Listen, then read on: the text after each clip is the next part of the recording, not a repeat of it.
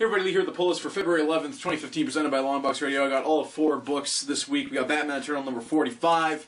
Batman and Corrigan kind of take care of the Arkham thing with all the ghosts and whatnot, and kind of figure out where that came from. And Batman is able to piece together who he thinks is behind the whole shebang. So I won't spoil who that is. Walking Dead. A mutiny is afoot. Carl is now in charge of Lydia, who he frees from her prison there. She, of course, is with the people who wear the zombie skins to get around. And then Carl gets a little something at the end of this book. So, Walking Dead's back as well. It came back on Sunday, I believe, in a episode that, like most other episodes, just took a really, 40 minutes to do what could have been done in 5. But whatever, that's kind of that's Walking Dead for you. Take it or leave it, right? So, the book's cool. Nice little burn. Kind of overstaying its welcome in what it's currently doing. But where are we? 137? So we got another 3 issues before something really cool happens. That's usually how it works, right? Carl here with his big hole where his eye used to be. That's attractive. So, going on to Marvel comic books, we have The Amazing Spider-Man. This is part 6 of Spider-Verse, and it kind of wraps up in this particular issue. This is it. It's the big showdown between the Inheritors and the Spider-Men, as it were. It wraps up pretty much how you'd expect it to, but again, like most Spider-Man stories, the villains are kind of just left to, hey, you won't bother us for the next little while, but eventually it is feasible that you will be back stronger than ever and maybe complete your goals as originally planned. The Spear Spider-Man here, Otto, as it were, does a little something that kind of prevents them from having power again, and I'm assuming issue 15 will kind of be a falling action. We'll kind of see all these spider people go back to their respective universes. Then 16 starts a new story arc altogether. So it kind of had its ups and downs. Kind of dark for a spider story from Dan Slott, but on the same time, there's lots of levity and stuff throughout that kind of kept you from ever taking it too seriously. And I'm really, want to move on, especially for something like 2099 Spider-Man and whatnot, just to see it kind of go and tell its own story now that it isn't forced to tie in. Speaking of tie-ins, the Black Vortex is a tie-in that's happening across one of the X-Men books.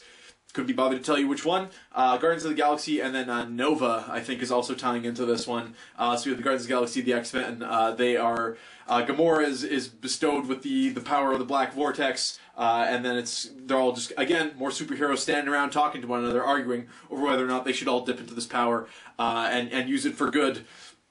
And Gamora kind of makes up their mind for them. So Guardians of the Galaxy, I would like to see. I like the Venom story was really good. Just kind of see some 2 to 3 issue story arcs in this book that aren't tying into other books I just won't read, which, kind of gets to know. I'm reading the 2nd and 4th parts of 6-part books all the time.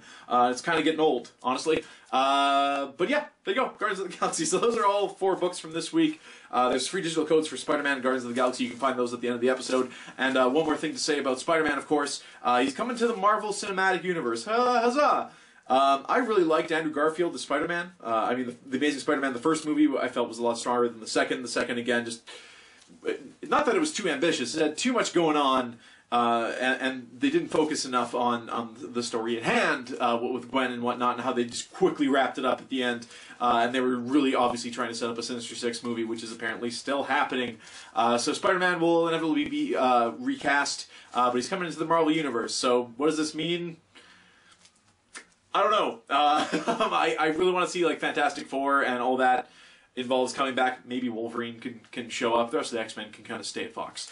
But just so they can tell stories with the birth that they'd want to. It doesn't make sense to have all these movies set in the Marvel Universe and not have anything to do with each other. I'm not expecting Spider-Man to show up in every Avengers from here on out or anything like that, but just to have the living, breathing universe, I think will be really, really neat, and we're halfway there to the dream, as it were. So, welcome Spider-Man to the Marvel Cinematic Universe. Everything's apparently being pushed back. They're pushing back Thor, Captain America, and what have you to slot in a Spider-Man who will apparently show up in some kind of team-up movie before he's given his own movie. So hopefully we don't have the origin story again.